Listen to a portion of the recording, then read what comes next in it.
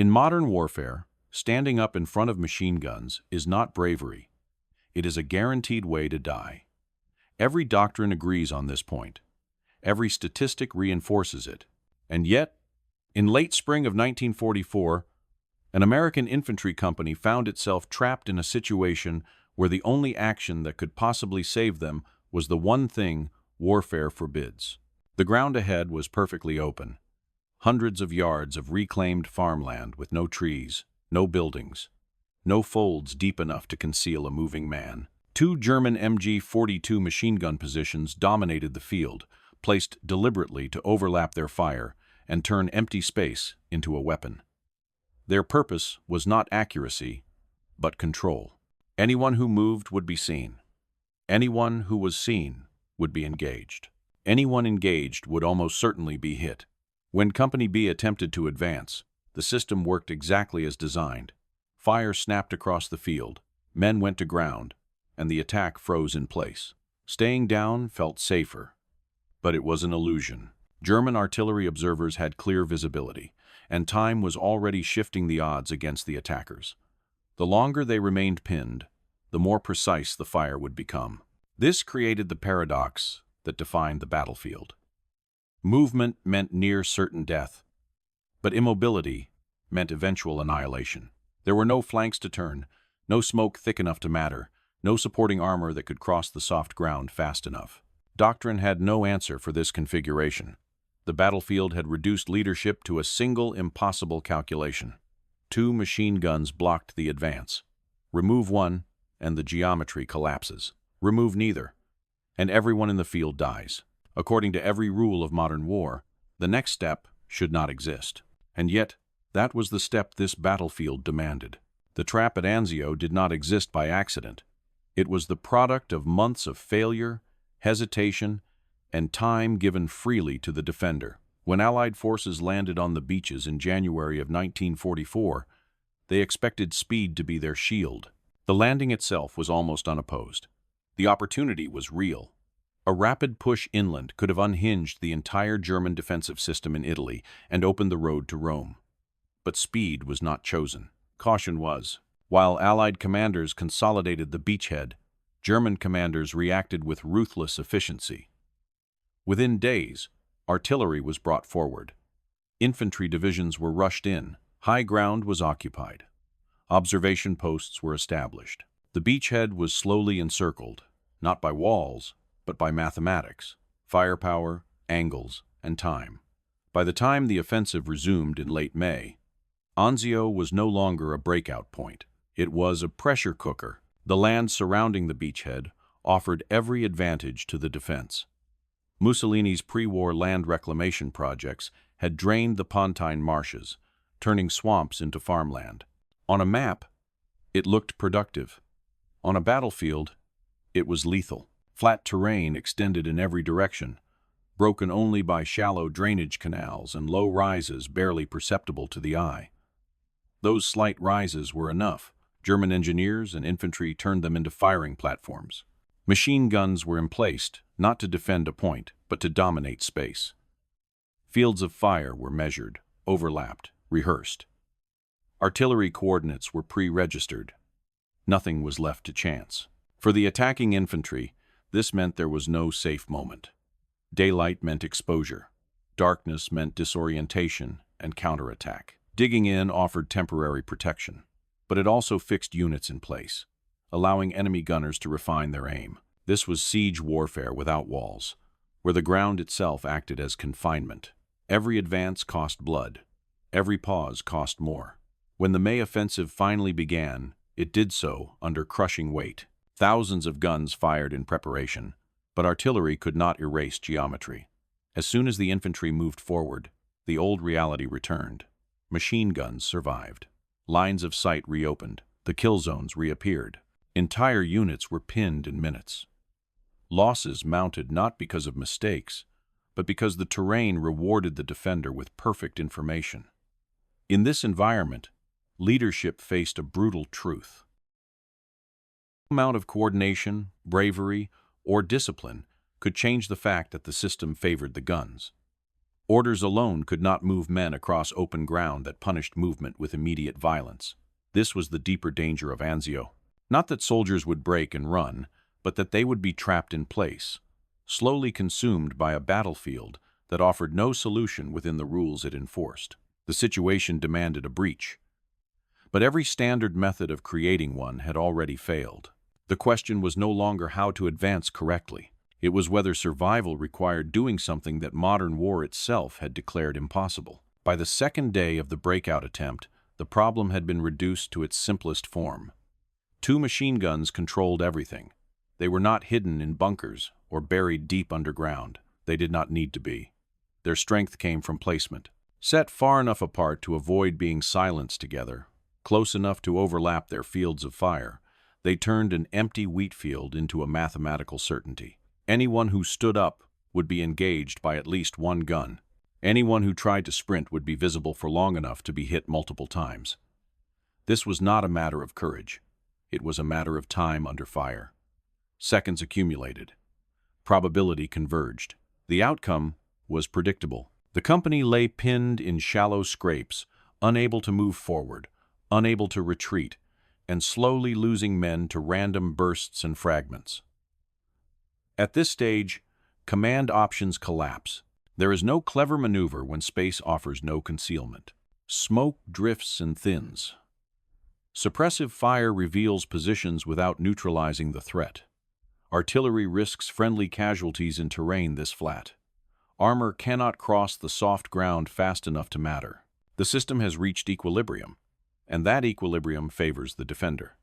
This is the moment where doctrine ends and judgment begins. Someone had to reach the first machine gun position, not with a squad, which would draw too much fire, but alone, fast enough to exploit the brief hesitation that occurs when gunners shift targets. The idea was irrational by the standards of survival. A single man, crossing open ground, under sustained fire, was not expected to succeed. But success was not the point. Disruption was. The entire defensive setup depended on predictable behavior. Men staying down, squads moving together, assaults occurring in waves. A lone figure doing the unexpected forced a human reaction inside a system designed for mass.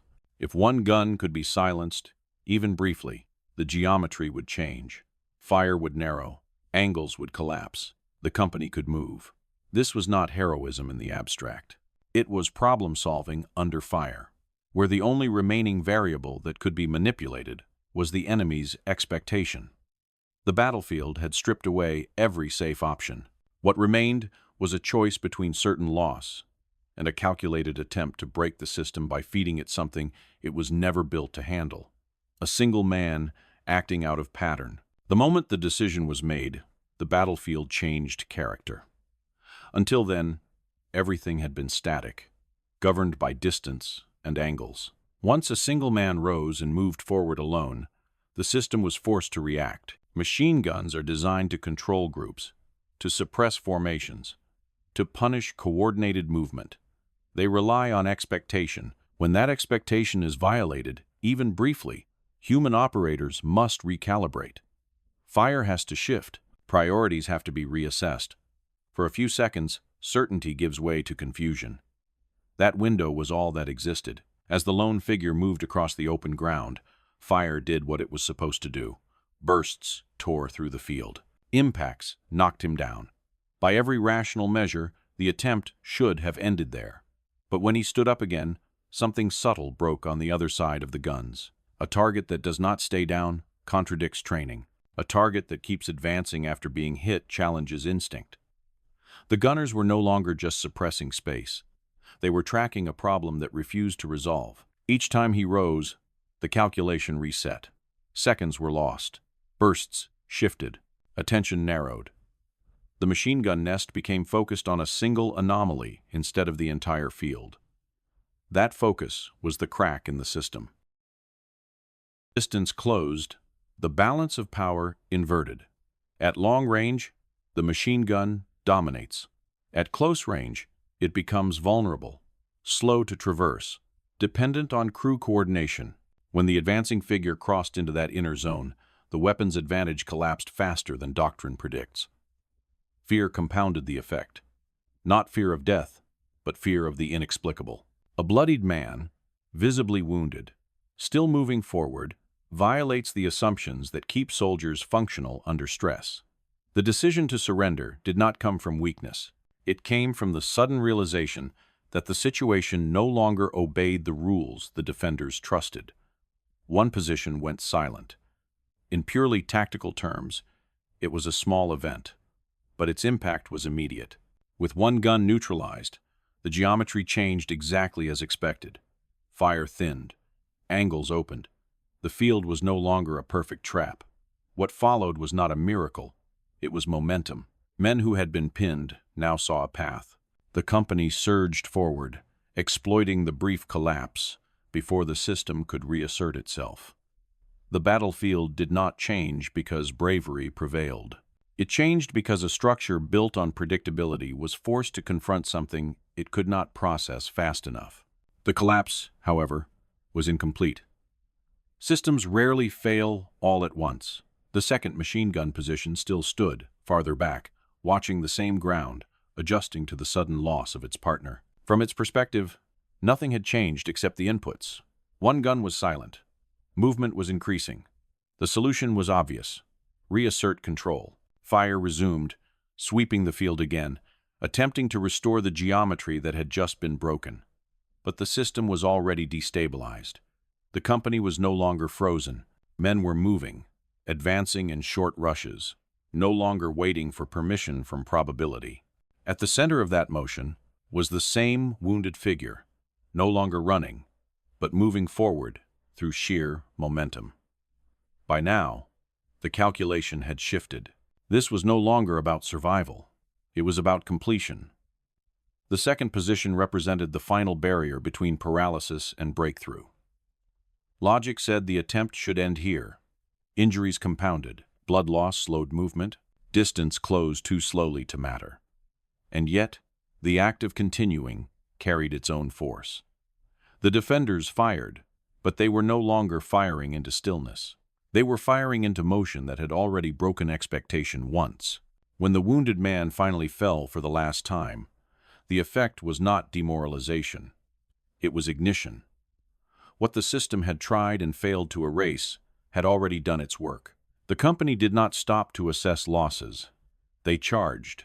With one position gone and the other disrupted, the second machine gun was overrun in seconds. The defensive line fractured, not because its weapons were inferior, but because its timing had been destroyed. The breakthrough that followed was not dramatic on a map. It was a narrow opening, measured in yards. But it was enough. Once the line cracked, it could not be resealed under pressure.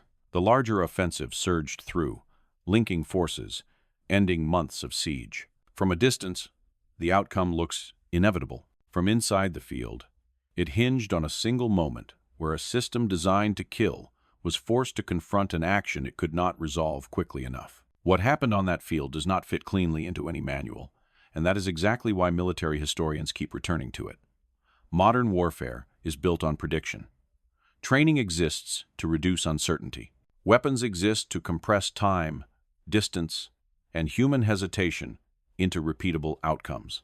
Doctrine assumes that when conditions are properly shaped, overlapping fire, open ground, pre-registered artillery, the result becomes almost mechanical. At Anzio, that system did not malfunction. It functioned exactly as designed, and yet it still failed. Not because the technology was flawed, but because the system quietly assumes one thing that is rarely stated out loud: that no individual will willingly step outside the boundaries of survivable behavior. The entire structure of modern combat depends on that assumption holding true. When it does not, the math begins to break down. This is the deeper reason the story endures. Because of bravery, and not even because of sacrifice, but because it exposes a blind spot. The German defensive positions were optimized to handle squads, platoons, coordinated advances, suppressive fire, and predictable reactions. They were not optimized to handle a single human being who refused to behave like a rational variable.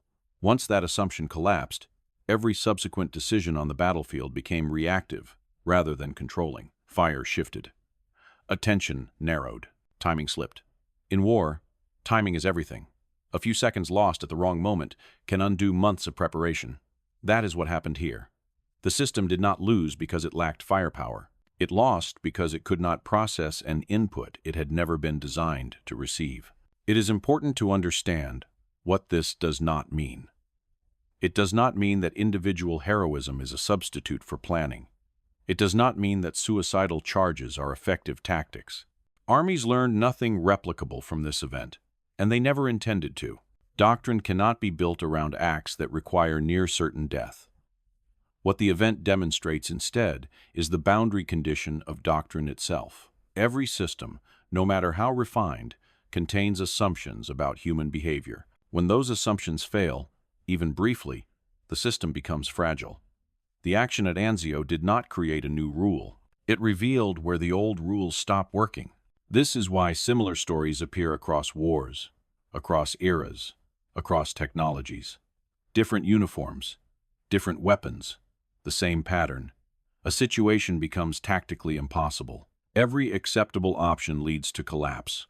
At that point, the system demands a cost it cannot distribute evenly. Someone absorbs it alone, not because they are reckless, but because the alternative is collective destruction. From the outside, this looks like heroism. From inside the decision, it looks like arithmetic. One life weighed against many. One certainty chosen to avoid a larger certainty. The moral weight of that choice is immense, but the logic behind it is cold. The uncomfortable implication is that modern war, despite its language of efficiency and control, still relies on moments that cannot be engineered. Militaries prefer to emphasize planning, coordination, and technology because those elements are teachable and repeatable. They are safe to institutionalize. Decisions like the one made at Anzio are not. They cannot be ordered. They cannot be expected. They cannot be written into doctrine without hollowing that doctrine of meaning. And yet, when systems reach their breaking point, they continue to rely on the possibility that someone, somewhere, will act outside the model. This tension sits at the heart of military history. On one side is the desire to remove the individual from risk through structure and process. On the other is the reality that no structure can anticipate every configuration of terrain, timing, and enemy behavior. When those gaps appear, the burden shifts downward, onto individuals who must choose between catastrophic outcomes. The story is remembered not because it offers guidance, but because it offers clarity. It shows what happens when every safe option is exhausted. That is also why these actions rarely change doctrine. Institutions learn from patterns, not outliers. One act, no matter how decisive, cannot outweigh hundreds of engagements where similar behavior would have resulted in pointless loss. Militaries cannot afford to design around miracles, but they also cannot deny that their success sometimes depends on them. This contradiction is never resolved. It is managed, obscured, and occasionally acknowledged through medals, citations, and memorials. Those recognitions are not rewards in the usual sense. They are admissions that the system required something it could not provide itself. When viewed this way, the charge at Anzio becomes less a story about death and more a story about limits.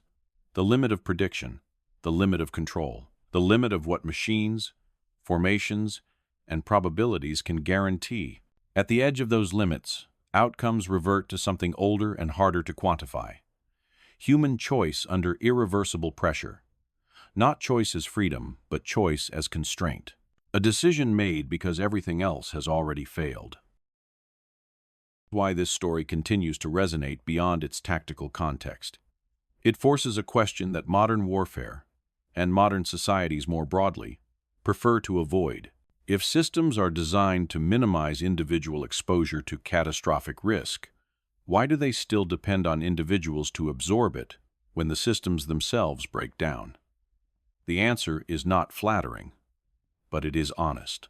No system can fully eliminate the need for human judgment, and no amount of optimization can remove the possibility of situations where the cost must be paid in full by someone willing to accept it. In the end, the battlefield at Anzio did not reward courage. It demanded resolution. It did not respond to emotion. It responded to disruption. And it was disrupted not by superior firepower or clever maneuver, but by a decision that lay beyond what the system could calculate. That is the lesson that remains. Not a tactic to be copied, but a reminder that even in wars governed by numbers, outcomes can still hinge on a single moment where a human being steps outside the equation and forces the equation to fail.